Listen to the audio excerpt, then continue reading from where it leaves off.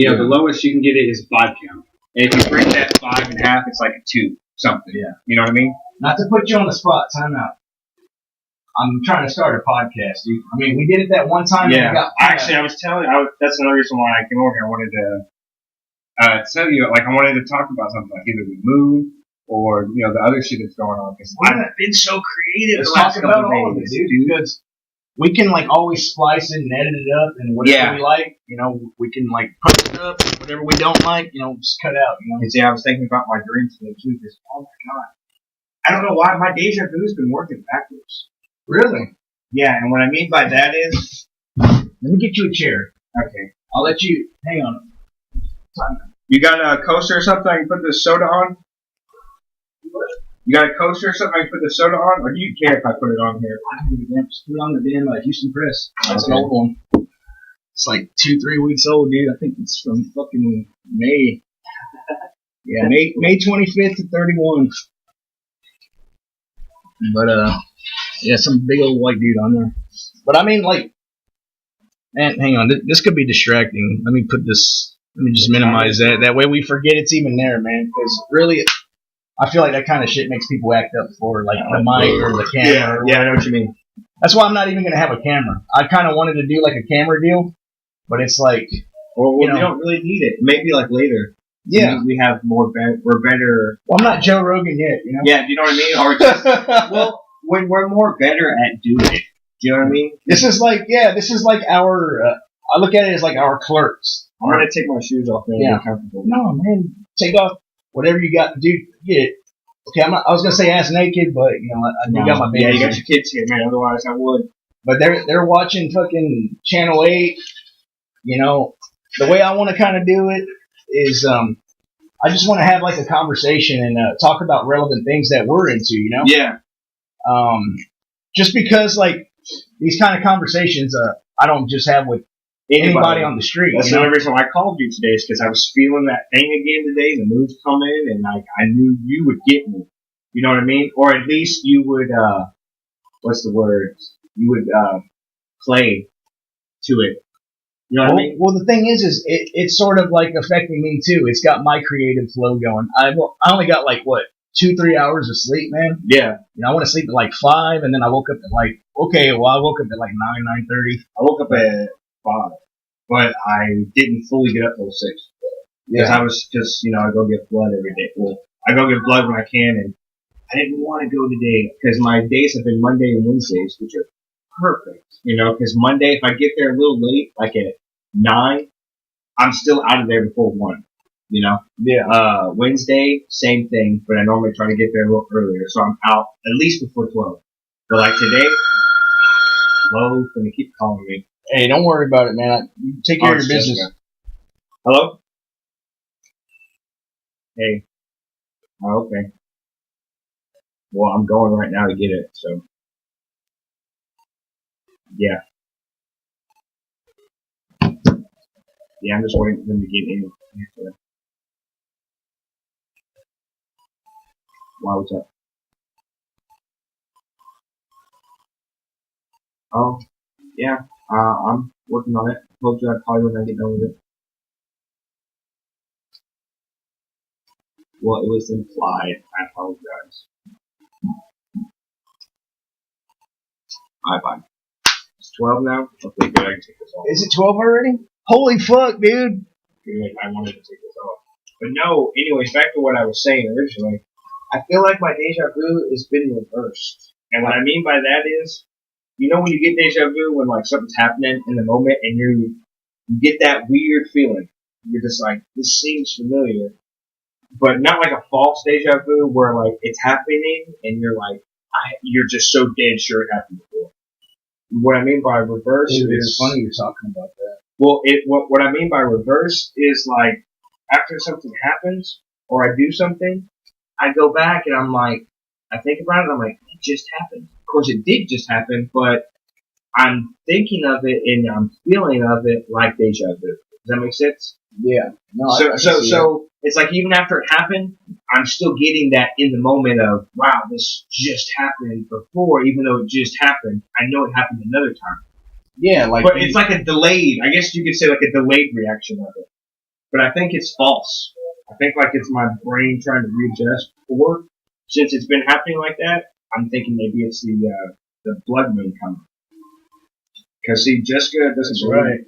Jessica doesn't believe me sometimes, but like my daughter, like I always knew, with like depression and shit, it's hereditary. So one of my fears is that it'll get one of my children, it'll get one of my daughters, or both. And man, Scarlett already sometimes I kind of feel like she's getting something. But if anything, I know Jessica said the other day, like her sleeping schedule was fine up until a few days ago. Like, just she likes to stay up late, dude. My daughter sometimes will not go to bed like 3 or 4 in the morning, if she even goes to sleep, or if she falls asleep at 10, she'll wake up at like fucking 1 and then not go back to bed.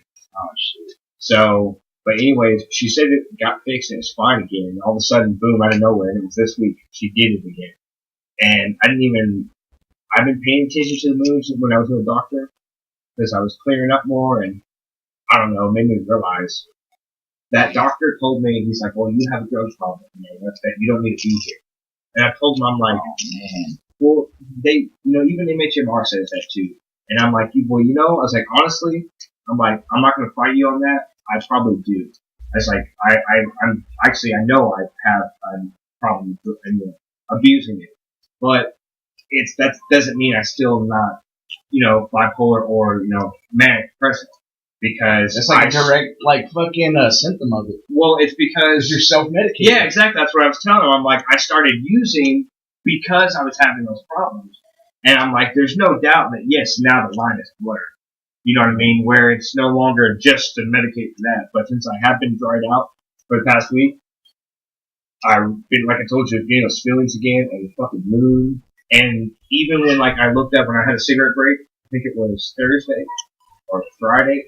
I was outside and I could see that the moon was half full. I was like, man, I am getting out one day. I just knew it. Because honestly, I wanted to be there a little longer. You know what I mean? Yeah. Just to get the help I need. And as much as I hate to say it, dude, therapy, for me, and I think this is what it's for. Before, I've always knocked therapy because I'm like, dude, it's common sense. It's shit that I already know. But then again, I'm like, well, wait. It helps people like us who don't think so small. Does that make sense?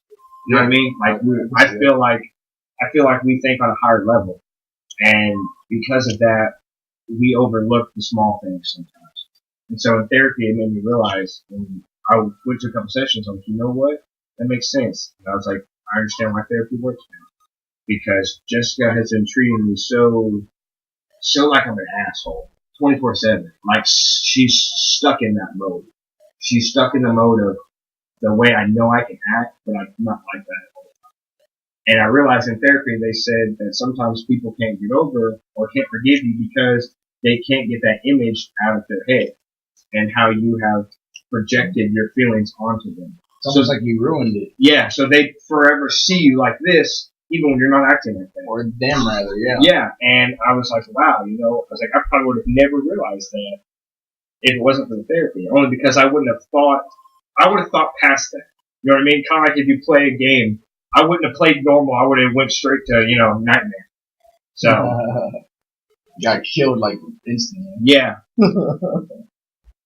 But, no, man, it's interesting to say that because it's really hard to kind of like unconvince people that you're a certain way. Yeah. Once they have their mind made up about you and they feel like they've got your number pegged. Yeah. And it's like, that's who you are to them. Yeah. And it discourages me because I kind of have that going on too sometimes. And it's just, I wish I could undo it, but it almost seems like the only way to undo it is to just leave it be and move on. Yeah. And go start over elsewhere. Yeah. With a clean slate. Because that's all I've ever asked for, or I find myself asking for. Like, I wish I just had a clean slate with this. Yeah. Make things right. But and I think it has to do a lot of times because I don't know about you, but I know with me sometimes I adjust myself really quickly to some things. So like in other words, it's like I see the whole picture instantaneously and I'm like, wow, I don't need to do that. So then I can get past it. But if I have someone else who's there, who's anchored down in that time, then it keeps drawing me back. Like with Jessica, she holds grudges so much. It's like that Tool song, "Fucking the Grudge." Like that is her. Like straight up, dude. She just does not let shit go. Hangs it over your head. Hangs it over your head. Not even that. She does it to the point where it affects everything. You know. And what sucks is sometimes I'm not even saying I'm better than normal people. I'm just saying I can see and think on a higher level than most people. So it's like, fuck, dude. It's like I just sit there and I see it. And to me, like I said, we want to go right past that first and jump right into it. So I just want to blatantly say, blah, blah, blah, blah, this is what you're doing. And when you do that, or when I do it to her, it's like her system denies it. So she immediately gets upset and just angry. And that's like her defense mechanism for, I guess, her world or how she thinks and functions. You know what I mean? Yeah. So, and it's so frustrating because it's like, damn, I can see everything. It's just, you would just let this go, then you could see it too. But then I realized if she did do that, she doesn't work like that. So if she did do it with that one thing, she would just jump on to the next thing. So, yeah, no, that makes sense. It's like we're gonna chunk this. Yeah, go for it, dude. You chunk it right here. Okay.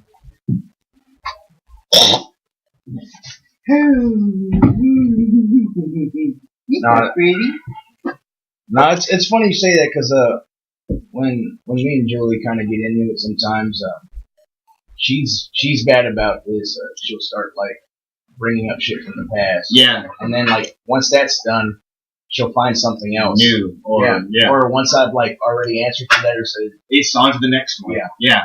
And just kind of goes down the list. And then once she goes down the complete list, I don't know if this happens to you, but my wife will straight up like start back at the beginning and do it all over again. Yeah. It's like the never-ending fucking argument, you know? Yeah. Or never-ending, it's like you're damned if you do and damned if you don't because you're already set up for defeat because the other party's already had their mind made up about you. Before it even begins. Yeah. And now all they're trying to do is convince you that, what a piece of shit you are. Exactly. And it's like, well, at that point in time, maybe I was kind of being, whatever, but now, we're over here now in this part of the spectrum. There's nothing we can do there unless we find a way to time travel. And I'm not a time traveler, and I don't have a badass DeLorean that can do that either. With the flux capacitor and all that. But no, that'll happen to me too with Jessica. Like she told me the other day, all this week, she was like, "You've been acting different." And I'm like, "How so?" She's like, "You've been more considerate of my feelings." And I go, "Oh," and she goes, "But I know it's just a trick." And we were kind of playing. I was like, "Just a trick?" She's like, "Yeah." So I'm like, "So I'm doing what you asked me to do, but you still don't believe I'm doing what you asked me to do, pretty much, because you're convinced that it's a lie." So, and it's like I've told her before, and we've had this argument. She doesn't believe me. If you go into something thinking it's going to either work or not work, and you really believe it's not going to work, then it's not going to. Because in your mind, you've already lost. So if you go into it and you so believe this isn't going to work, then it's not. Because you have you convince yourself, you predict your own outcome because you haven't convinced yourself. I've told you that before. It's like before when we were still together and sleeping with each other, and she's like, "I don't want to sleep with you. Every time I sleep with you, we fight the next day." And I was like, "What?"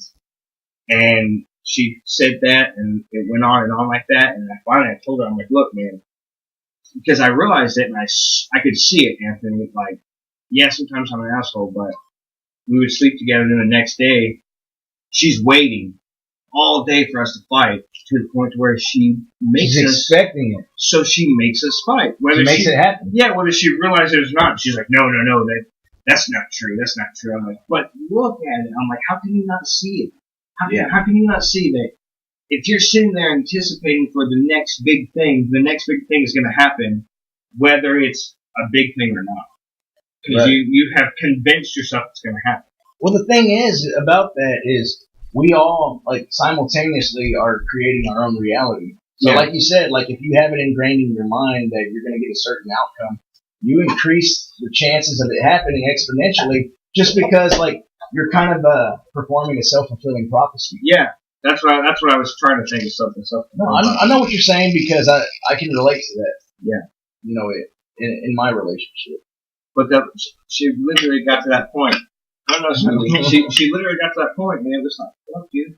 But it's like you said, you have there comes a point you have to just leave it alone, because you know me, I'm really bad about arguing semantics, you know, and I would do that in our relationship, even if, like, I realized that that would upset her, even if, say we start talking about something, or she's like, well, I told you, and I'm like, no, you didn't, and then I start fighting, because even though whatever happened, I'm agreeing that, yes, I was in the wrong, I still say, I'm still arguing with her semantics, which is the fact that, no, you never did that. Even though you say you did, it might have slipped your mind. Doesn't mean it's your fault, but then it's, no, I did, no, I did. I'm like, you didn't, because if you did, blah, blah, blah, blah. And then it just goes on and on like that. Yeah. Because I like to argue semantics, you know, it's just what I do. Yeah, for sure. I'm going to build on that, man, because it's funny you say that, because Craig Ferguson, I saw one of his specials last night, and he makes this interesting point.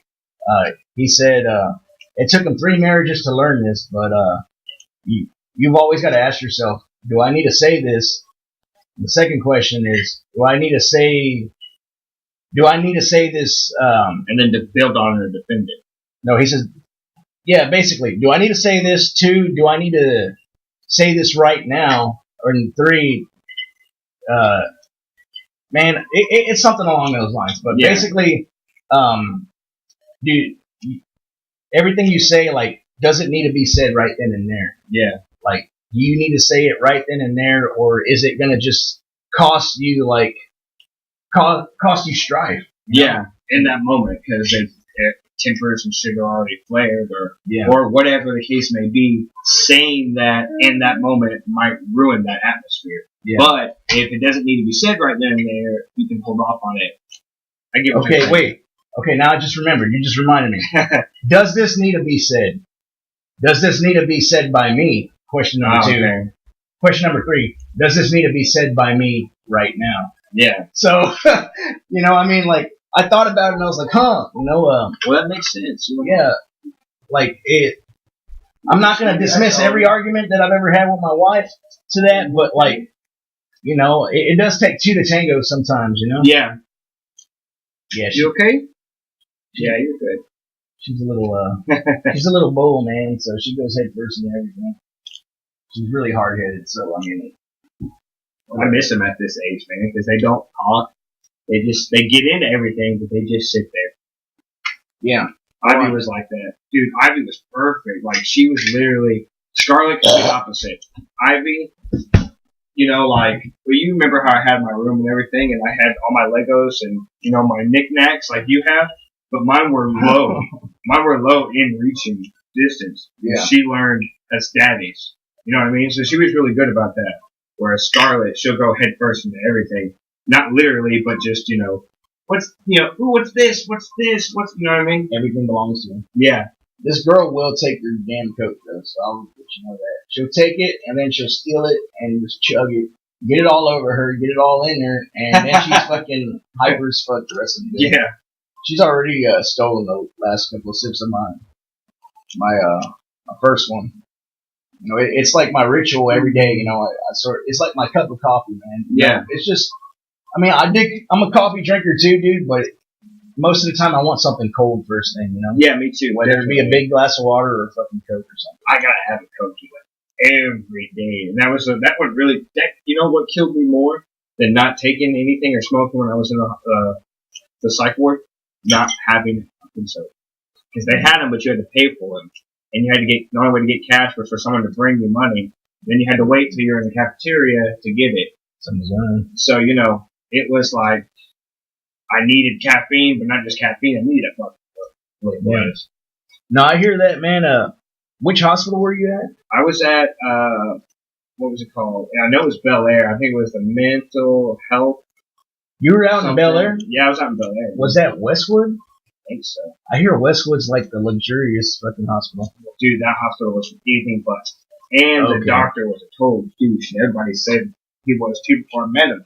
Because he was like, no care, no whatever, didn't even look at you, and it was like, oh, you have a drug problem, that's it, didn't care to go past anything but that. And it was like, no, that's not my only problem. Like, I kind of thought about it for a minute, but I'm like, no, I lied to myself a little bit, but yes, I do over abuse. So it's like, I understand where it's coming from, but at the same time, it's like, fuck, dude, that's not my only problem. And that upset me because at that moment, I immediately wanted to leave. Because I'm like, he doesn't want to work with me. That's all he's convinced. And I'm like, fuck, I just want to get out of here now. Could you, like, just sign yourself out? I was trying to, but the catch was, okay, when you sign yourself in, you had to write a letter to the administrator. And within 4 hours of that, they let you out. And, well, see, I knew that if I got the letter, if I did that they would let me out, because I never said I was suicidal. I said I felt like hurting myself. And that's what I said. Even when I went to, Bayshore to get there, every time they said that, do you have thoughts of suicide? Yes, I have thoughts, but no plans. I mainly think of hurting myself. Yeah. You know what I mean? That's it. I don't have a plan to kill myself. I just feel like hurting. That's what I said. Because, when you've been through a process like that, you talk to like 3 or 4 people. They do anything, and every time it's what I said. So every time it was written down, I knew there would be no, oh, well, you said this, so we're going to hold you like this. Anyways, I could never get the damn letter to the administrator, because there was only one lady to give it to, and we had phones in there, and she had an extension. She was never there, and she was only there in the mornings during certain times for a short period, and that was the lady I had to give it to for her to get to the administrator. And I read, and the only other thing they could do is, okay, because when you do that, you're signing yourself out against doctor's recommendation. Right. So you have to sign that waiver, write that letter, they let you out, or the doctor the only other card for him to play is the lawyer thing or whatever, where basically it just delays you another day. That's all they would do. Like, you write the letter, they do it, the only thing is your doctor can say no, and it's his right to hold you for another 24 hours. But then that's it. You know what I mean? Right. But I never got the letter to the administrator. And like I said, after I was working out some things in my head, and I knew I kind of needed to be there longer, I was like, well, fuck, if anything, at least I can get out of my car and out of the heat, shower, and eat, and just think about some shit. And I tried the therapy sessions, and they helped me, and then that's when I got more depressed, because I was like, man, they're going to let me out one day, because I have no insurance. And I met this cool guy in there. Kind of reminded me of Alex. He was a white dude, real white like Alex too. And I was talking to him like we talk. You know what I mean? So immediately, as soon as we started talking like that, we were like this. And we started talking to each other, and he admitted to me, he was like, yeah. Because his thing was he took, I think he had his Clonopin-Doses mixed, because he said 2 milligrams. Yeah, that's the big one. But they give you I've always seen it in either 10 or 20, or is that what he meant when he was saying that? You know what I mean? Because when I looked on the bottle, I've always seen 10 and 20. Maybe, but it was always 1 and 2 to me. Do you know what I mean? Yeah. So maybe that's what it was. But anyways, because I was going to say, because this is what I told them, they describe it in 2. This is what my sister gets. My mom gets the 1s, and my sister gets described the 2. The 2s are green, aren't they? Yeah. And, no, actually the 2s are white. The 1s are green and white. But the 2s I've only seen either yellow or white. Yeah, it's been a while since I've had the script. But anyways, he confessed to me, because the reason he was in there was because he already told me he had a plan to kill himself and everything. He was writing letters. He had everything set up, and his wife was supposed to go into labor, and bad things were happening there, and he said right before it all happened, his wife went into labor, so he didn't do it. But then he ended up taking 2 milligrams of Klonopin and did something, and he said he fell, but, I'm sure something else happened, because he had marks on his knuckles, and the whole time we were in there, he had the bad shakes. Like, I get shakes too from not being, any substance you use when you're not on it, it gets shakes, you know what I mean? You can't keep a steady hand. But his was real bad. And anyways, the doctor told him that, oh, you took 2 milligrams, you were trying to kill yourself. And he's like, no, that's not why I took it. You know what I mean? Because they prescribe it in fucking 2 milligrams. So Yeah. But yeah, when we were talking, he confessed to me that he did try to kill himself. Unless he told him the same thing that he told you, was that he took 20 milligrams. Yeah. That implies that he took 10. Yeah. Well, see, when I said by 20 was that I meant when I look at it. Of course, then again, for me, I take so many painkillers. I always think in increments of 5 and 10.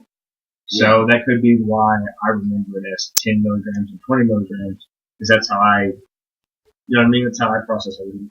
Yeah, I think 10 and 20, that's like who else does that? Like Boost Bar does that. Yeah. Or Bus Bar, or how the hell you pronounce that shit. Yeah, Boost Sport, whatever the name is for it. No, I mean, I like that we're talking about this because there's a dialogue going on right now about like addiction itself being a mental illness. Yeah. You know, so I mean, the fact that doctor was kind of blowing you off is kind of malpractice, dude. Oh, he did a lot of things like that, dude. You know, I got in there Wednesday, and I never even took any meds till Saturday. Huh. And the fucked up thing is, there's only one nurse who was in there who was actually nice. And she was the one who gave me something Saturday. Because they had me in there for hurting my potential self-harm and detox. So she told me, because I wasn't feeling good Saturday at all, dude. Like I did something, I missed a cigarette break and everything, and I guess she actually does her job and pays attention to everybody. Once I missed that cigarette break, she came to me and she was like, "Are you feeling okay?" I'm like, "Actually, no." I was like, "I have a horrible headache. I feel uneasy." And she was like, "That's a detox." She's like, "Let me give you something." She's like, "You want something for it?" I was like, "Yes, please." And I don't know what she gave me. She gave me like 3 pills, but in combination of it, made me feel better. You know, got me a little off for a minute, but made me feel, you know, my shake stopped and my headache went away. And she's like, "Yeah, you can have that not repeatedly, but she's like, "Yeah, you can have that anytime." And I'm like, "Seriously?" She's like, "My doctor wrote off on that?" She's like, "No." She's like, "The nurses here are supposed to tell you that." You know, she's like, "They're supposed to look out for you and do what I did and see if you're in distress to talk to you about it." She's like, "But most of them don't." And I'm like, "That's fucked up." Yeah, because they're just they write you off because they're like, "Oh, you're just a fucking drug addict." Drug addict, yeah, you're just. There's a stigma to it. Whereas now, you know, like drug addicts are they're kind of speaking out, and there's kind of an uprising because like it's not just like, you know, people without like anything that are drug addicts. There's people that are like very wealthy that are also drug addicts. Yeah. So it's like, you know, and they can afford their habit, you know, so they don't really have as much of a problem getting that fix, but like they're still feeding an addiction. Yeah. And that's like tied with like being eccentric or being you know, which is tied with being like manic depressive, bipolar, you know. Yeah. So I mean, it's all tied together, man. Even like schizophrenia is kind of like in that realm too. Yeah. But yeah, they're saying like addiction itself, like if you're like, because I mean, it doesn't even have to be like a drug substance that you get addicted. You could get like addicted to like food. You could get addicted to a person or whatever. Did you ever watch Trainspotting 2? No, I've yet to watch it, Blaine. It's good, dude. I'm a blasphemer. Yes, because no one else has watched it, and it actually came out in theaters. But anyways, no, he even, Ewan McGregor's character even says in there, you know, he's like, "You're an addict, so be addicted. Just choose something else." It's when he gives that speech about choose life, you know, this and that in your car and choose life, you know. It's like, you're an addict. It's okay. Just be addicted to something else. And see, to me, I feel like if you're an addict, you can label anything as an addiction. So it's just, when it comes to drugs and alcohol, it affects your body differently to where it can shut you down. So we get this idea that being addicted is bad, you know. And the same thing with food. You eat too much, so being addicted is bad. I don't think there's anything wrong with being an addict. It's just what you choose to be addicted to and how you do it. You know, it's of course. because I know you're like me. We could sit here all fucking day and play a badass game. You know, easy. But nobody, you know what I mean? There's nothing for that where they say that's bad. You know what I mean? Or because that's not hurting anyone or doing anything, but it's still an addiction. You know what I mean? Yeah. So I think that there's this stigmatism that has grown that being an addict is bad when it's really not. It's a part of life.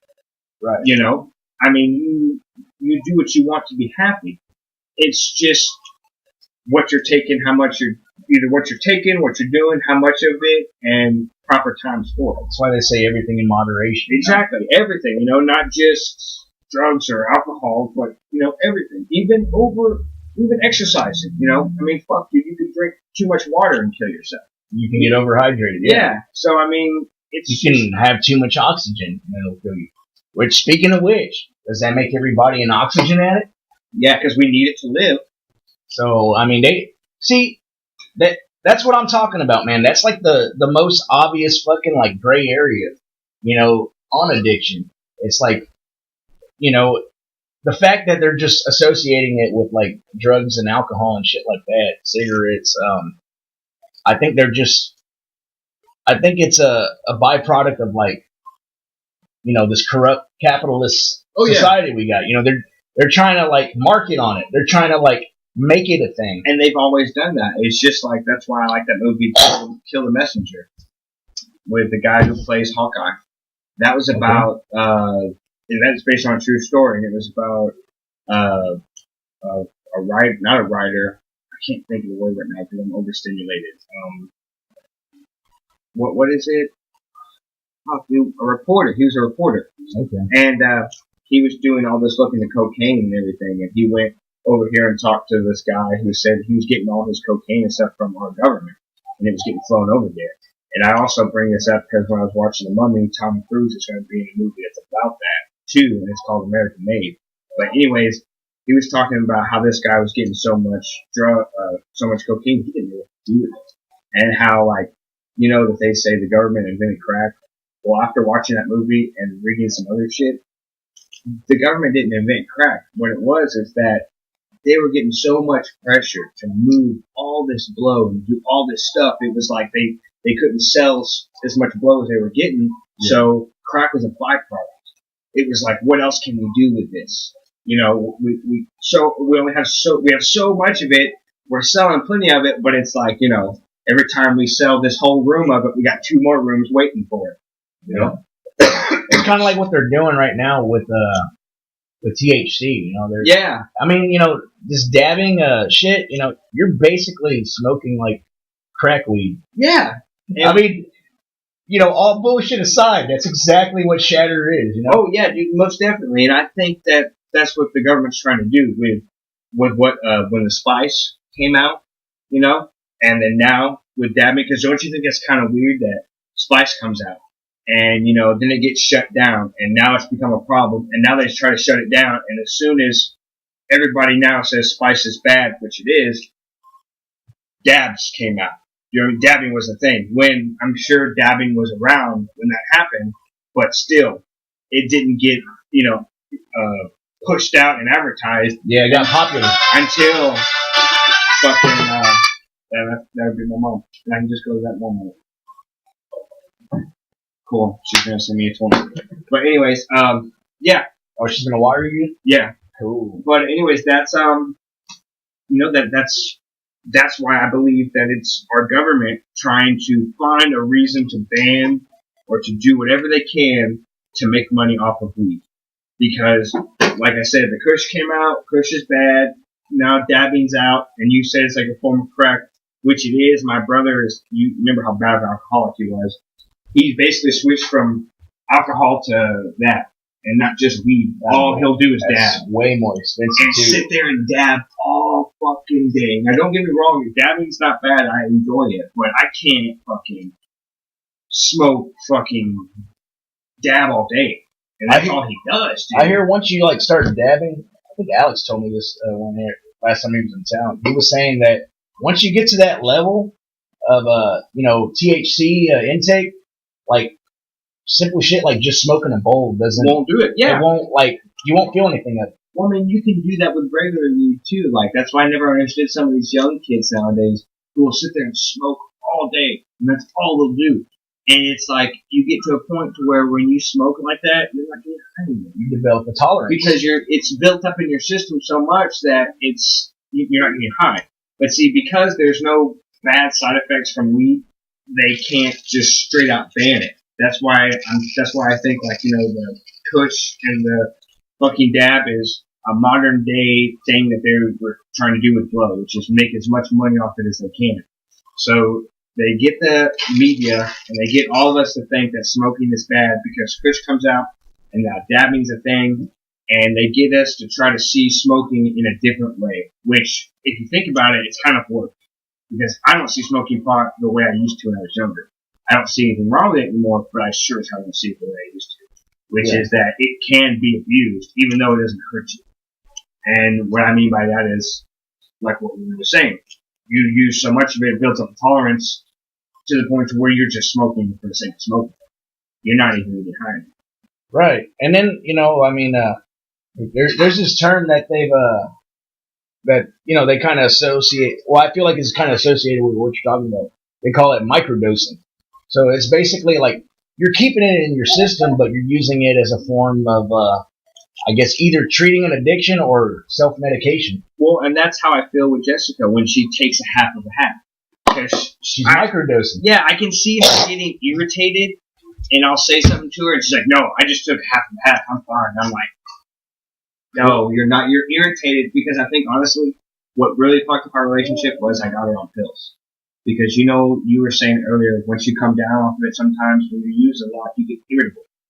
And, I don't even have to use a lot, dude. And we would get irritable at each other. And I've seen the same thing with my other friend. Him and his girl would take pills. They completely cut pills out. They don't take them anymore, or so he says. But the same thing with them. They would be irritable at each other from that and take it out on each other. They noticed it. With Jessica, I could never get her to notice that's why. Because I would say, you're doing this, you're, that. No, that's not it. That's not it. That's not it. That's not it. To the point to where she uses it so much that now she feels a withdrawal. Like she feels like shit, and she's tired and stuff. The fact that she's saying no, that's not it. That's what they would say in NA and AA as the not. Exactly, because that's what she does. And like I said, a lot of it. So she's arguably more of an addict than you are. On that point, I would say, well, I don't mean to call you an addict. No. I know there's a stigma to it. I don't see anything wrong with it. I don't see anything wrong with it either. I don't care if you call me an addict. The thing is, I hate those labels, if I wouldn't have got her to start taking them, which I'm not going to lie, I said this once as a joke, and the other Anthony, kind of always rolled. Hey, Tony? Yeah, always kind of rolled with it. But I guess, I lied to myself that I did get her onto it so that I would always have it too. Because if someone else you live with or is your significant other wants as much as you, then even if you don't have the means to get it, that you can always turn to the other person to get it. Yeah, you're kind of like it was kind of like an insurance plan. Yes, which is fucked up. And but I did it. You know what I mean? I feel bad about it. No, I mean, yeah, I guess it is what it is. Yeah, it's already done. I can't do anything but try to fix it. But dude, she just doesn't believe it. And it's like when I told her, because I got irritated because my car, dude, like the electrical system in that car is so fucked up, and it's just because of that car. It's nothing I did to it. It's nothing that was done to it. It was just a manufacturing error.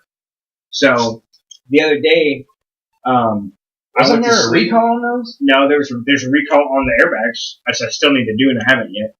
But that's because they're going to take my car for like a day or two to fix it. It's free, but they do that. I got my home's gone. So, but anyways, fair enough.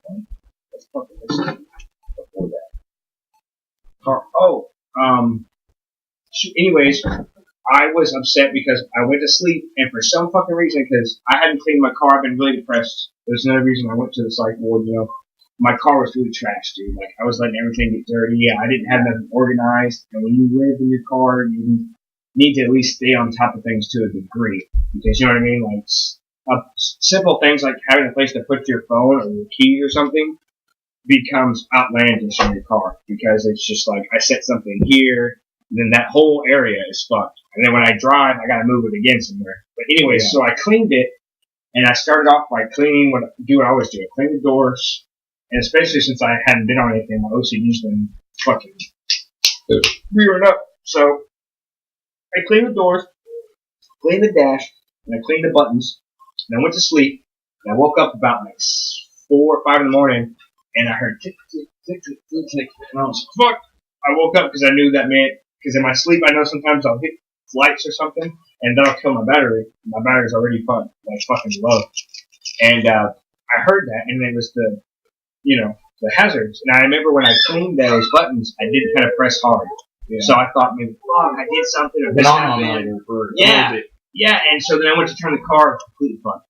And Jessica had to go to work, and I woke her up because I woke up at 6 o'clock that day. Needed a jump. Yeah, and she had to go to work at 9. I called her at 7:50 because I knew, because I know the way she works. She's always late to work. Doesn't matter what the fuck it is. She's not a morning person.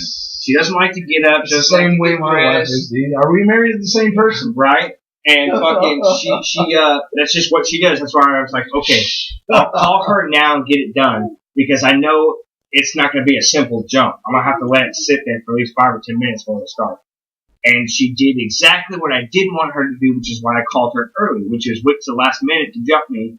I told her, I'm like, this isn't going to work. My car's really big.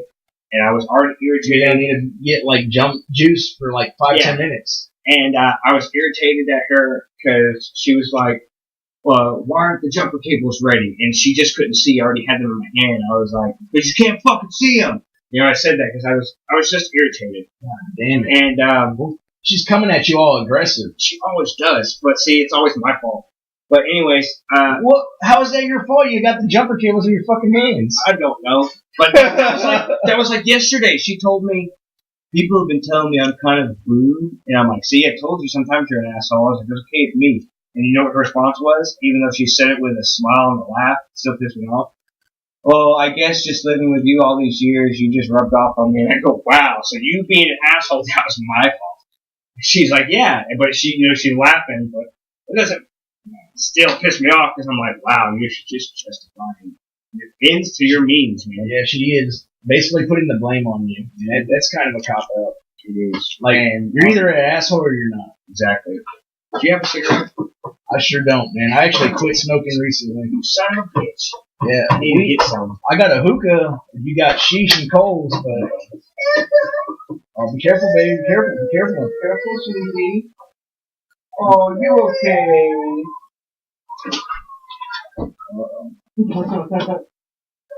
She's alright. She's probably just getting... Yeah. Sleeping? Yeah. What is it? Yeah. It's about her nap time. 12:30. Let me get her a bottle real quick, man. Yeah, no problem. What did my mom say? She's waiting. I'm going on pause this shit. Take a quick break. When I heard that and everything that's been going on with the movie and shit, it was like, dude, I know the only other person who could see this or think of it the way I think of it is Anthony. So, and it really, when he sings that part, it gets to me, dude. So I'm just like, fuck. And knock on wood, because I've said this a million times with all our devices, every time I have an idea for something, it happens before me. Know what it is? You're manifesting reality, brother. Well, not just that. I really feel like they listen to us and take our ideas. Because I've said it a couple times out loud. I'm going to say it again right now. I want to do something, and at first I started off wanting to do it by tagging shit, by leaving messages. But I think the way I want to start it off is with a Facebook page. And very simple. Look up, wake up. And what I want is, you remember, you know how the library's little sign is? It's a little stick guy looking at a book like this. I want the same thing, but with one hand looking at a phone. And I want it circled with a cross, X'd out. Yeah. And it says, look up, wake up. Like, get your head out of your ass, get your head off that phone, off of the media, and just look up. And I quite mean literally. Because there's so much shit that happens in our skies here lately. And we're not supposed to have a space program anymore, Anthony.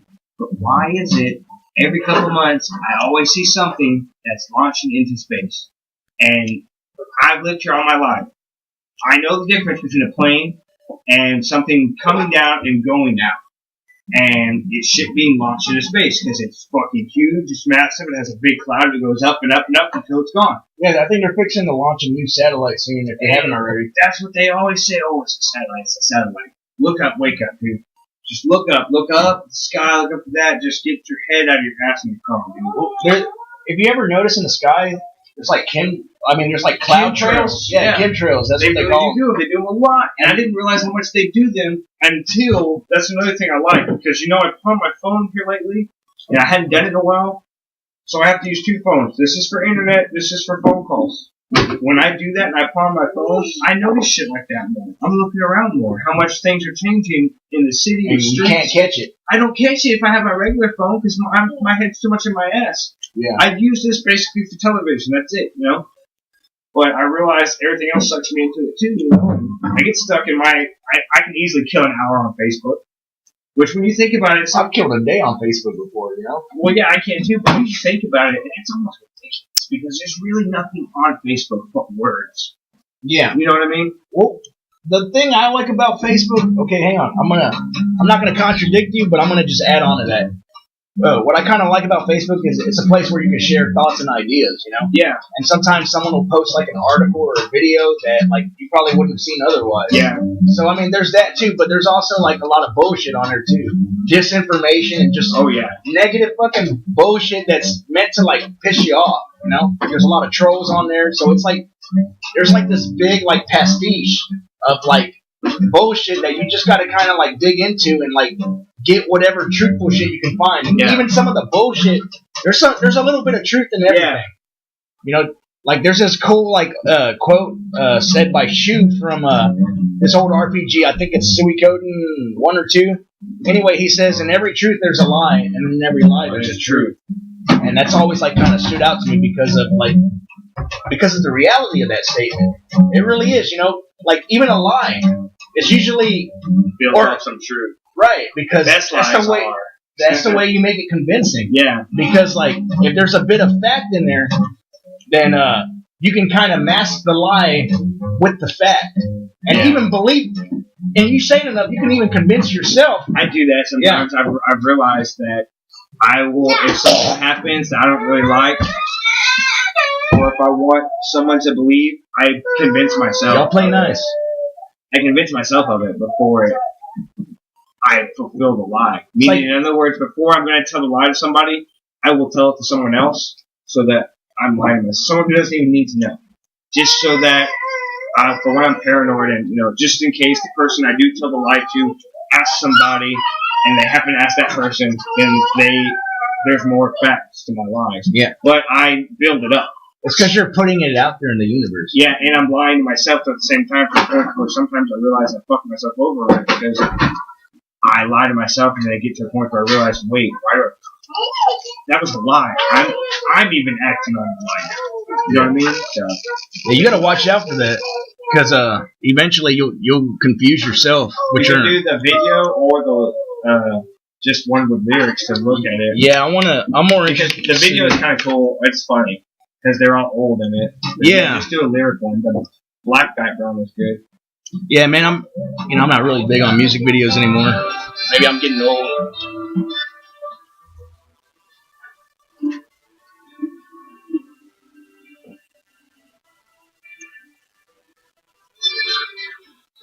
And it would be my luck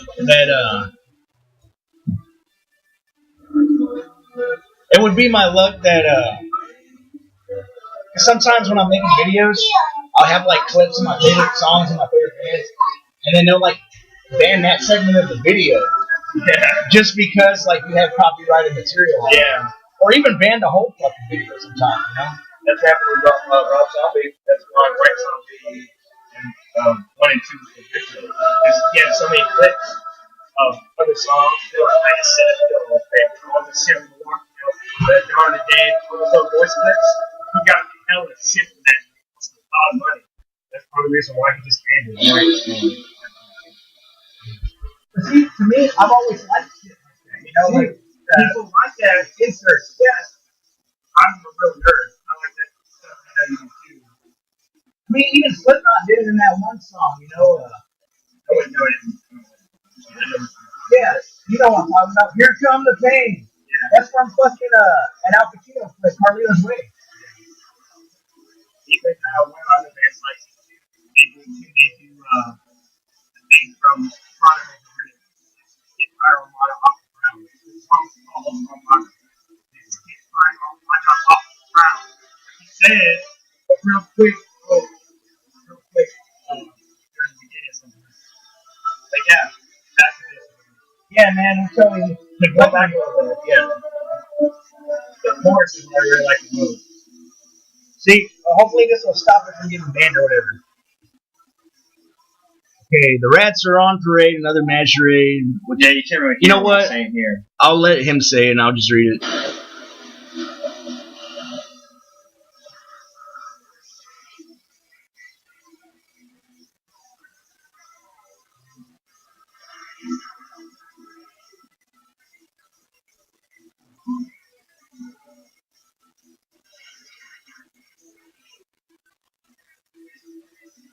See, because I said he wants this to wake up and realize everything's with me and get away from me.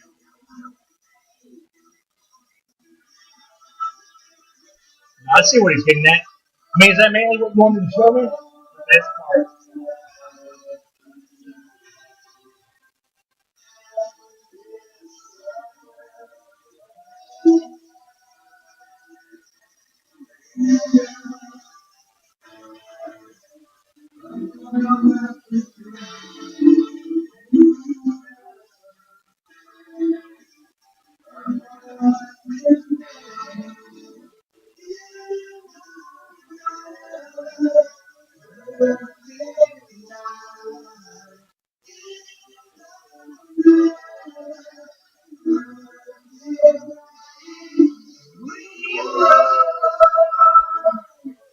And that's what makes me think, since we are recording the talkies, it's a good thing that was there. Since we're talking, see, like when I hear that, the reason why when he sings that part, I get kind of a tear to my eye because he's saying, "Wake up and run with me." Not literally running, but like it's the same thing with that Mudvayne song, "Pastor." He's saying, "In another perfect life." And mainly, it makes me think of Jessica too. It's like, "Wake up and run with me." Realize all this bullshit that we're doing, and let's get out of it. Let's get away from it and do things that need to be done. For us. And in another perfect life, and not in the perfect light, we run. It's like saying, "Run with me," but it's like you're probably not going to. But in the perfect world, in just the right place, we run together, whether we're not doing it here now or not.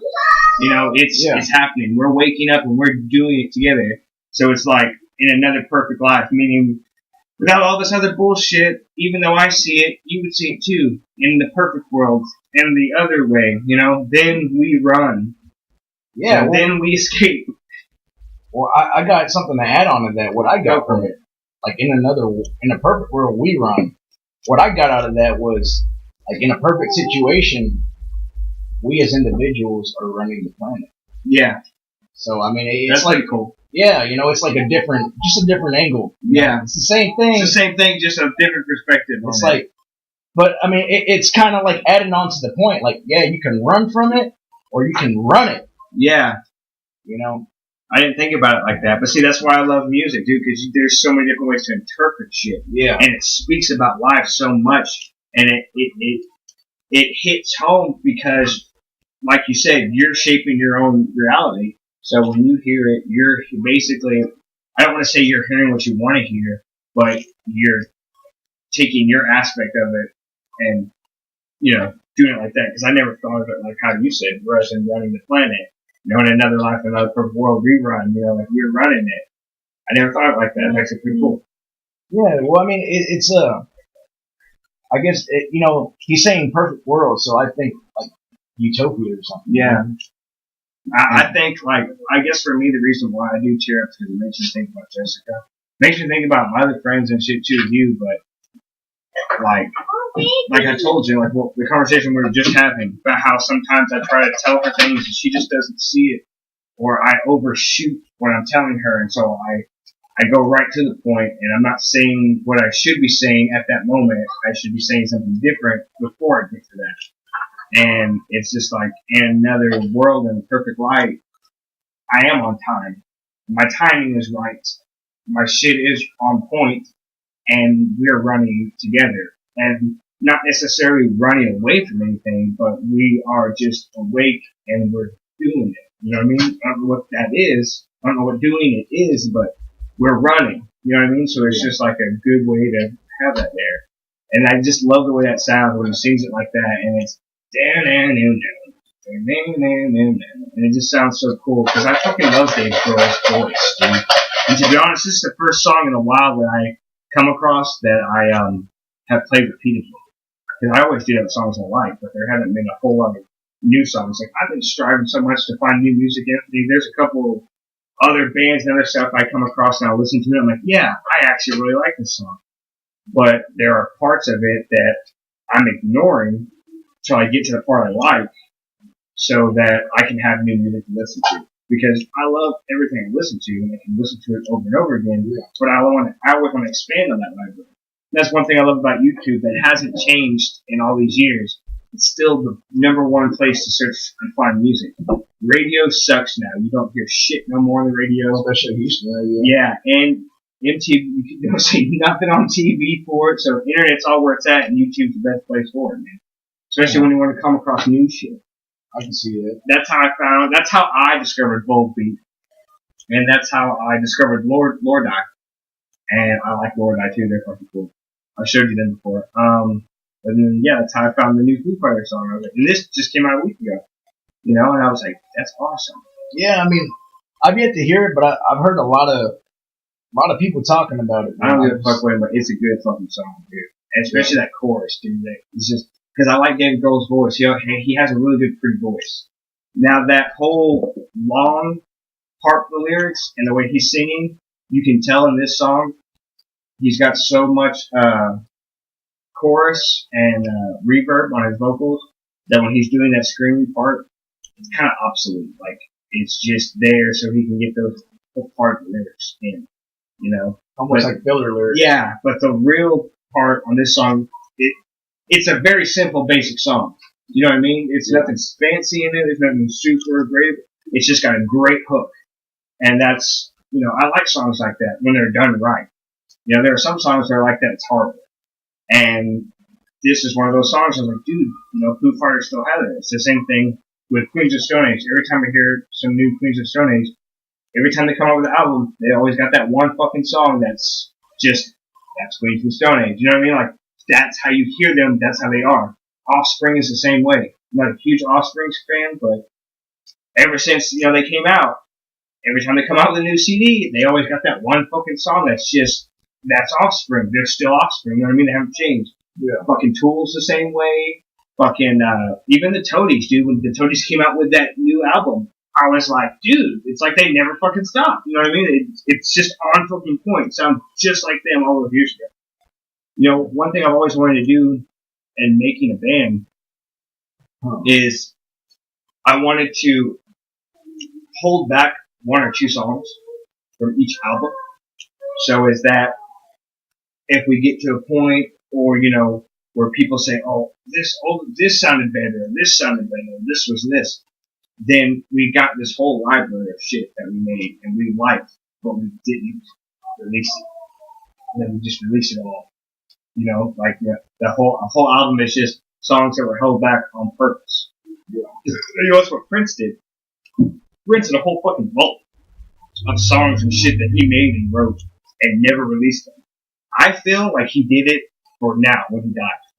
But there's a whole lot of legal shit going on right now for those songs. Because he's got, I think, at least like 4 albums worth of music. Damn, so you're saying he's got 4 albums worth of music that we haven't even heard yet. Exactly, yeah, at least. But you know how that shit goes, even with Nirvana, when after he died, there was all that other legal shit about releasing that one song. Remember it came out when we were in high school? Yeah, you know, you're right. Yeah, and you know that's just one fucking song, and there's still, I think, like, 3 songs that What's Your Face Won't Let Go of? Yeah, I mean, there's a vault, too. Of like, B-sides and, you know, just unreleased tracks, really. It was just like that Dimebag song too, Whiskey Road. I liked that. Was that Damage Plan? No, that was just him soloing. Like I imagine him and Zach Wild were really good friends, so I imagine he was probably trying to do what Zach Wild was doing. So, but I like that. That one was good. But it was really basic, and you could tell it was just a demo. Want to play some guitar? You go for it, man. Go ahead on and play some guitar.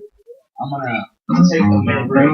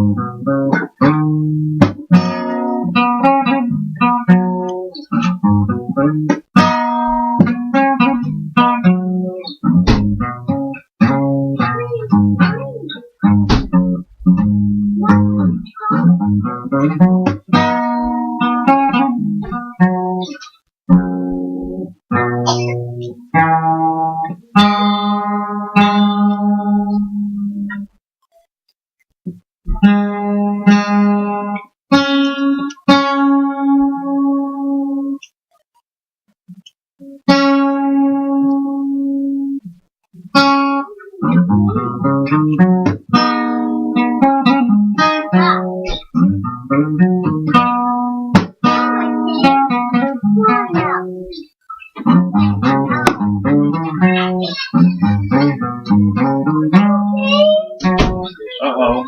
No, you keep going, dude. I got it.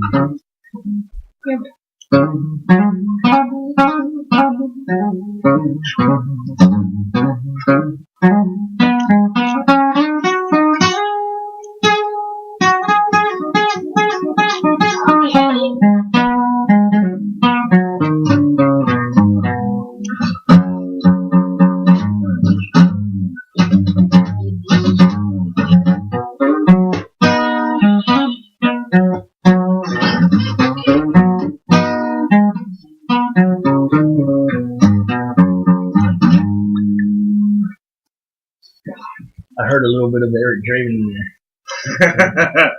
A little. Cool, man. Speaking of which, I was watching Strange and Unusual Deaths on Netflix just because I was bored. And the first one, on like the third episode I watched, was how Brandon Lee died. Like, I didn't realize, I thought it was a different scene. I didn't realize which scene it was. And what's fucked up about that is, the dude who killed him, or the dude who fired that shot, I've seen him in other movies after that, but it's like, fuck, that's gotta weigh a toll on you, man. Because I always thought it was the scene where he was on the table, and everybody shot him. Yeah. I didn't realize it was the one that's basically in the beginning of the movie where Fun Boy shoots him, where he first gets shot. You know, when he comes in and they're raping his wife or whatever, and they were using a real gun, and what had happened was a dummy bullet, which was basically like a regular bullet, was stuck in the barrel, and the cap, just like one of the caps for Flash, it pushed it out of the barrel to make it act, so it was basically like an actual bullet. It's like, that's fucked up, man. That happened like that. And that the guy whose job it was to check for stuff like that, they had sent home just hours before that. So, that's crazy, dude. That's gotta take a toll. Like, that would take a toll on me, even if it was an accident. Yeah. You know what I mean? But fuck, dude, I just killed somebody. Not only that, I killed a badass person, Dude, Brandon Lee was like upcoming, dude. Yeah, dude, for real. And the thing, what makes me sad about him and his dad was like both of their deaths were like on sets. Yeah, and just a complete surprise. Yeah, like a freak accident, And so uncalled for, man. So they could have done so much more, man. They were like, even Bruce Lee, he only made a handful of flicks too, Yeah. Well, I still feel like sometimes actors fake their death. And these last 2 years, I would say even more so. That's Alice. You've already got it full of books, Alice. You're making a mess. And dude, I know the struggle, man. Alright, well, we're not going to play with them at all, man. It's big of a mess. Be good. I'm telling you, man, it's shit like that I don't want on the show. I'm gonna have to eventually invest in a studio or something. Yeah, I know. Just for like everything I want to do, man. Whether it be recording music, songwriting, or I really like this whole podcast thing that you want to do. I'm down to help you do that. Yeah, dude. I'd like to do this like weekly, actually. Maybe we could just kind of like start off together, and then maybe it'll catch on, maybe it won't. But if it does, like, we could like branch out and have our own shows, and then like feature each other, and then just kind of go on there. Yeah, because you could do it too on your phone. All you got to do is press the record app. I'd already thought of something like this, and I told one other guy who used to be a hobo with me, which is I wanted to do this little show about living on the streets and not necessarily living badly. Yeah. And just living outside, And I wanted to call it damn it, now I can't do it. Suburban street living. Yeah. And I wanted, to just do it. And anytime like I got fucked up or something, I wanted to specifically make sure I did that. Because I feel like it's part of one of the things that you do when you live on the streets. You'll have a day at least once a week, if not more, where you just want to get fucked up because you're just fucking tired of being outside. And you just want to forget everything. And I wanted to have it every time I did it. I wanted to actually wanted to, the person I was buying it from or whatever, or who would let me, or even if I had to fake it, I always wanted to do it to where I would blur their face out and just call them Mr. X. So then, Mr. X would just be any drug dealer or any person I was getting shit from. But I wanted to show it with shit like that, because another thing, I started doing, and I'll send you some, because I want someone's opinion on it. I started taking a lot of pictures, really, like taking pictures, and that's a whole other part of my look up, wake up thing I wanted to do, which is just see how people don't look at shit anymore. People don't talk to nobody anymore, and it's just weird. But I would take pictures. I started taking pictures from unusual angles. I got a really good one that was in Jessica's. Jessica worked for the movie theater, and I was in the back, and it was nighttime, and the moon was perfect, where it was lighting things up, but just enough. And I got a picture of all the light, because the parking lot was dead, and all those street lights, and the dead parking lot, and you can see the freeway in the back. So all the lights just look like trees. And, with that freeway in the background perfectly, with just a perfect sky in the back. I love that picture, and I want to keep taking pictures like that from weird angles. I started it a couple of years ago when was chilling behind the old Casa Lake, and On Spencer? yeah, and they have those trees, or they have those trees and they have the long leaves, and I was chilling under them, and I took a picture. The weirdest angle, the most unusual way, like I was just on the sidewalk in the back, underneath basically what would be considered a bush of those leaves, and I took a picture, and it was like the sun breaking through everything. So it was almost like a picture you wouldn't get in the streets, in the suburbs, or where the fuck you call how you live, in the city, Yeah. And that's basically what I want to do, is like, I wanted to keep taking pictures in the city, and then, where specifically in Pasadena and South Houston, just to show that, things, it's just how you look at it. You know what I mean? The whole point of my pictures would be, it's not such a bad place or a bad look, it's just how you look at it. You know what I'm saying? Right. It's just whatever angle or way you look at it. And I don't know, I got really fascinated with just finding weird angles and getting good pictures of the most peculiar places. So, Or maybe even like places that just you kind of resonate with, that you find yourself hanging out at a lot. that too, yeah. It's part of you. That's pretty cool, man. Like, I mean, that right there sounds like a photography project, Yeah. So, I mean, maybe you could like have like a photography aspect of it, and you can have like a film aspect of it too, where you can kind of like tie together, like, I don't know, the images, or maybe where one place you took a picture, maybe have like a segment at that place or something. I don't know, man. I'm just giving ideas. No, that makes sense. I never thought of it like that. Or like use those pictures as like sort of as a drawing board. Like, yeah.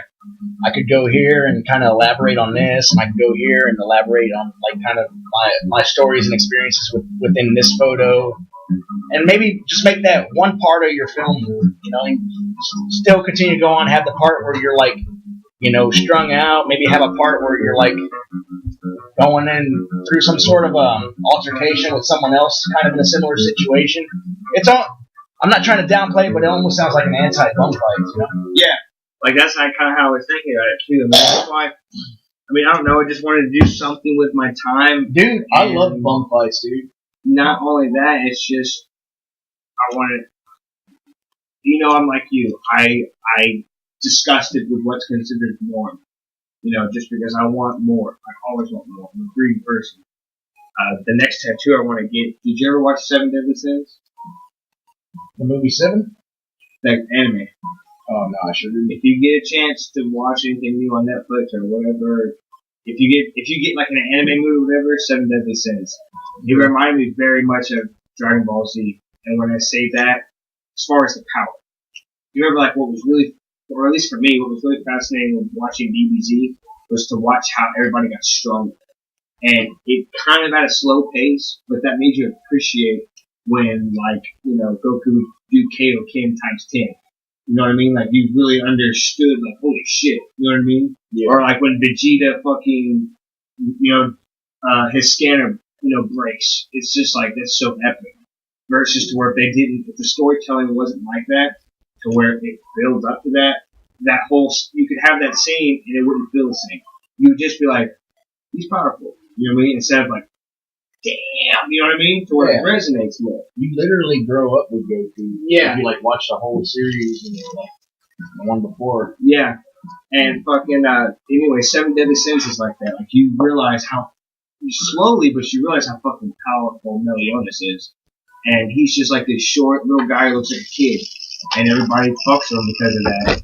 And I just remember, the one scene, I think it's from the first episode, or the second episode, and he's the one chick who wants to find all of them and do stuff is sitting outside, and it's supposed to be like she's having her own moment, and she kind of thinks he goes outside to,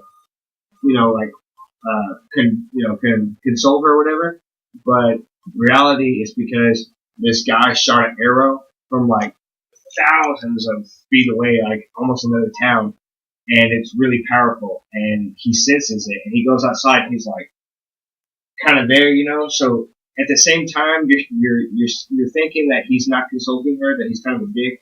But then it comes around to where you can tell he was doing two things. He was consulting her in his own way, and he was protecting her and everybody around her.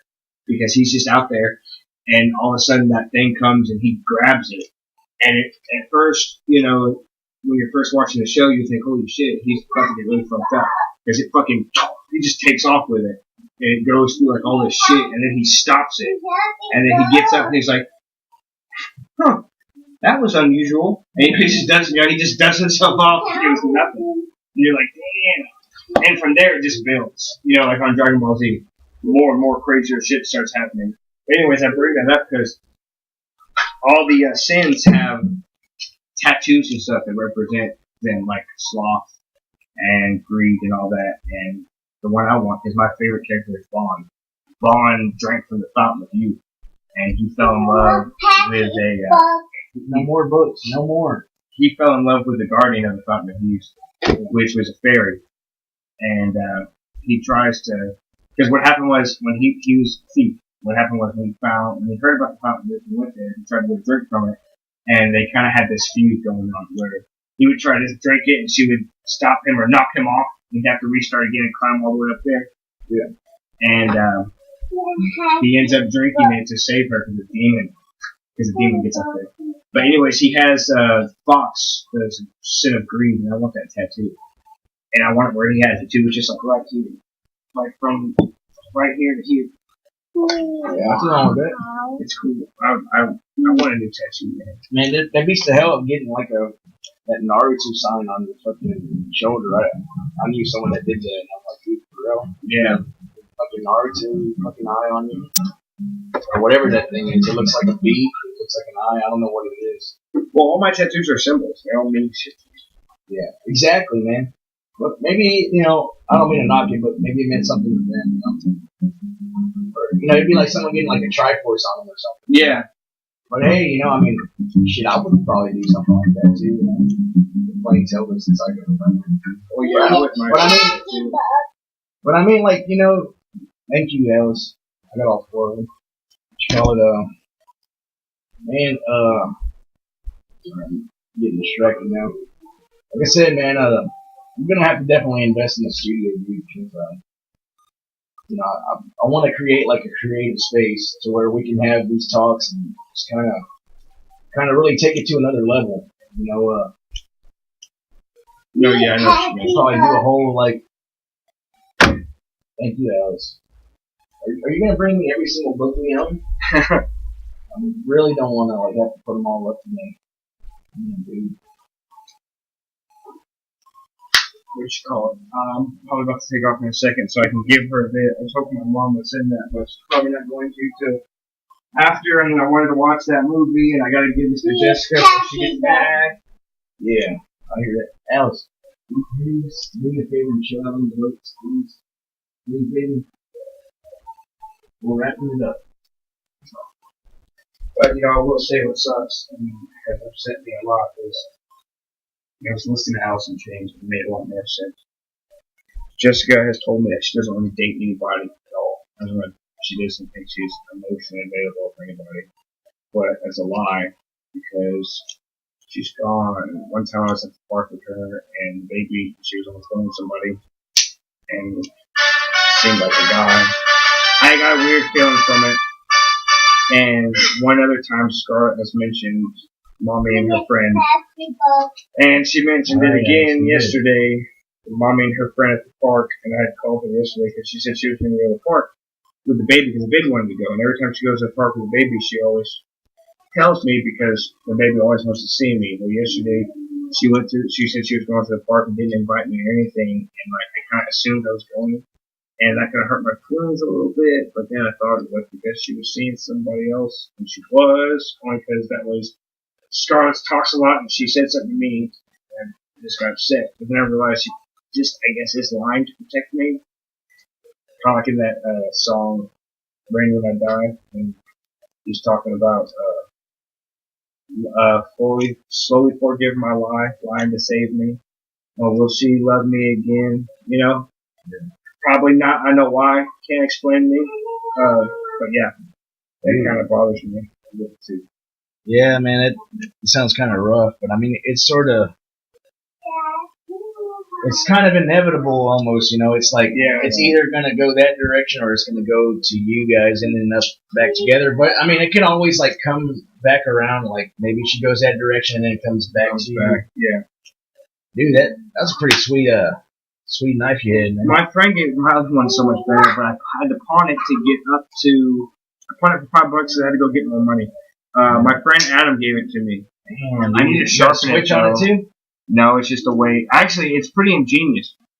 There's no switch on it. What it is the way the metal is cut and the way the receiver, here is angled. So it wants to go that way.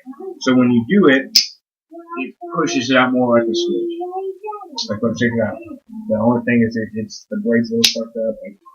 Oh, that's cool. The other thing needs to be sharpened, but Adam gave it to me. He left me some lead and some other stuff, and I was like, okay, cool. I was like, that's good, because I need my other knife anyways. But the other knife I was happy I bought, because I bought it for myself, and I really needed it. And it's, I you know me, I've always had knives, and the last, year and a half, I haven't had one on me. My favorite kind of knife is the insulated. It's the flat and insulated, because you can do more. So much more versatile. And I need my other sharpener because I don't have a sharpening stone. I have a little sharpening pin stick. And what it is it looks like a pin. It looks like a pin, and at one point of it, it's completely flat. So you can do this, and then at the end, it's really small and thins out, so that you can sharpen in the grooves. So you can keep it completely. You can sharpen it and then sharpen it. Yeah. So. Oh, that's all right, dude. Keep your shit in good shape, man. Yeah. All right, man. I guess I'm gonna go ahead and take off. Go ahead and get this to her. But yeah, fucking the podcast is a cool idea. I want to do more stuff. I want to do a dream segment. I want to do a reality segment, music segment, just whatever. Yeah, no, I kind of like that. We're kind of like doing different things all in the same show. Yeah, I do too. It's almost like a variety show. Well, it's like you said, you can always cut it and edit it. Take it, move it in another one, keep it in there, you know what I mean? Yeah, what doesn't work in one, maybe. Or shit, dude, in one, we can sit down in a couple hours in one session, and you can split that up into 2 or 3 different things, you know what I mean? Yeah, most definitely. Like maybe make it, each subject its own thing. Yeah. Really, I wanted to talk more about the moon, since that's what's happening today. I did too, yeah. Strawberry moon, but, I mean, there was really just so much to talk about. I guess maybe next time you can tell us about I guess your experiences as a result of the strawberry moon tonight, and I'll do the same if anything crazy happens. But usually, most definitely, dude, something does happen. Though. Something always happens, just even in a regular moon. And I've kept myself so medicated, so I could ignore all that. But when my self medication or whatever wears off, my old way of thinking always comes back. And I just go back to my old thing, which is some shit's happening and I look up and tell me why is it every time? It's not, and I was telling the guy I met in the hospital, I call my phone a lot, right? So there was times I was keeping a record of it. But I was keeping a record and I wasn't keeping a record. Mostly when I'd call my phone. So I had my phone, I'd keep a record of the moon, what I was thinking, how I was doing, things that were going on, if they were connected, or even if it was psychosis, where I was making myself feel that way. But then I wouldn't call I'd call my phone. I wouldn't keep a record of it. So that way, it wasn't affecting my judgment. So, in other words, so I'm always on the phone keeping a record of it. Well, then I'm making it happen the next month because I'm keeping a record of it. Well, if I go sometimes not record it, and I'm still getting results. I'm getting that weird feeling, and there's the fucking moon. Either quarter, the first quarter is coming, and I feel it. And I just, it's like, fuck, some shit's going on. I look up, and there's every fucking time. It's the first quarter of the moon. And it happened when I was in the fucking hospital, too. I was sitting and while I was smoking a cigarette, and I looked up, and I was like, first fucking quarter, wow. Why is it every time weird shit's going on to me, I look up and it's first quarter, or the moon is already about to be, full. So, yeah, it affects me all the time. Yeah, and I guess to wrap it up, the fact that you said sometimes you're able to document it, sometimes you don't on purpose. That sounds like controlled chaos to me, brother. Exactly. That's why I have this here. I had so many people ask me about it too, and that other guy too asked me about why I had it. He's like, "Why is it off?" I was like, "So that way it looks like I'm marked, like I'm cursed, because I am. It looks like I am." That was the other thing I was going to tell you too about the car, because you said it's cursed, and I'm like, that's probably my fault, because the way I was, and I put so much aura in myself in that car, because even when I lived in Lubbock, there were times me and Lynn would fight, and I just had to get away, and I'd go chill out in that car, just in the garage. You could literally sleep in that car. Yeah. I would just chill out in that car for hours, dude. Get fucked up, play a game. I had my PSP. Kind of what you're doing now, but except in the garage. What the fuck? Exactly.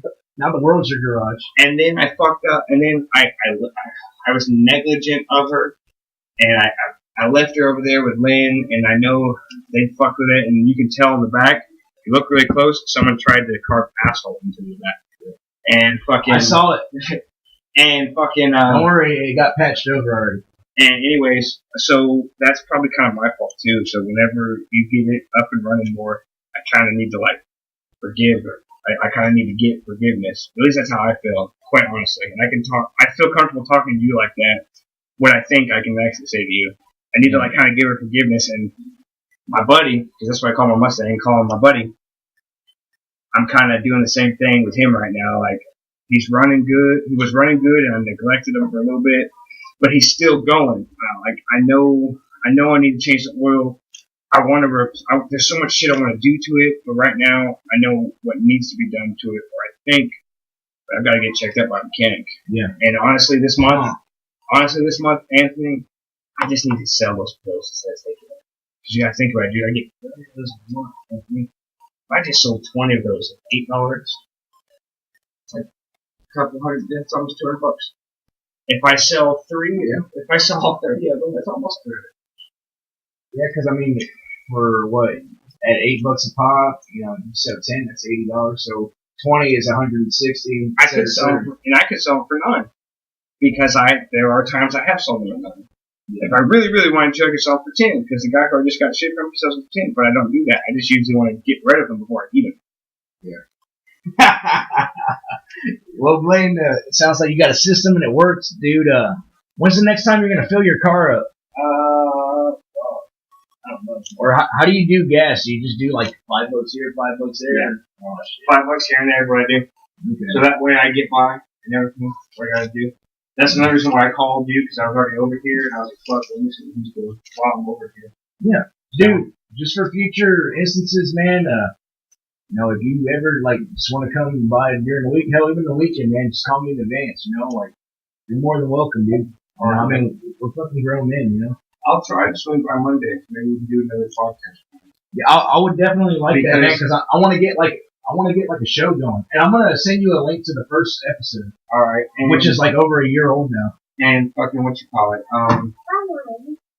Monday, I really will want to, not just for that, but also I'll take you up on your offer.